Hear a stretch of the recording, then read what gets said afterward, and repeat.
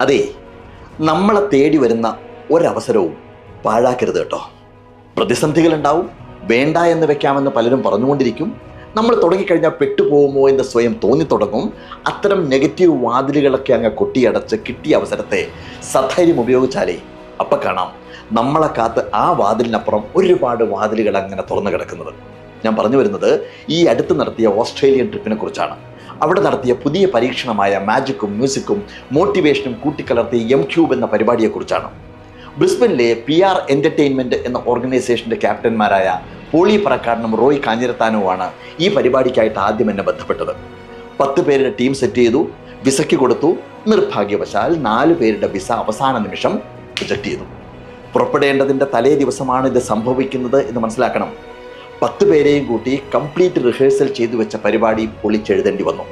പാട്ടുകാരായി Atul നടുകരയും Shweta അശോകും, violinist Vishnu അശോകും, പിന്നെ മോട്ടിവേഷനും മാജിക്കും മെൻ്റലിസും ഒക്കെ ആയിട്ട് ഞാനും രാജനും നാസറും മാത്രം.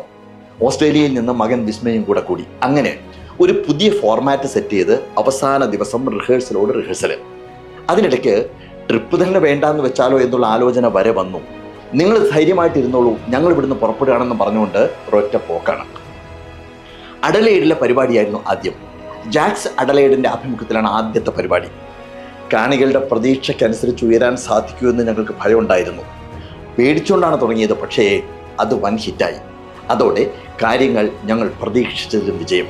പിന്നെ ന്യൂകാസിലിൽ ഹംസത്തിൻ്റെ നേതൃത്വത്തിൽ, ബ്രിസ്ബനിൽ നിറഞ്ഞ് കവിഞ്ഞ സദസ്സിന് മുന്നിൽ Saint Alphonsa Syro Malabar Catholic ചർച്ചിൻ്റെ നേതൃത്വത്തിൽ, അവസാനം മെൽബണിൽ സെൻറ്റ് ഗ്രിഗോറിയോസ് ചർച്ചിൻ്റെ നേതൃത്വത്തിൽ.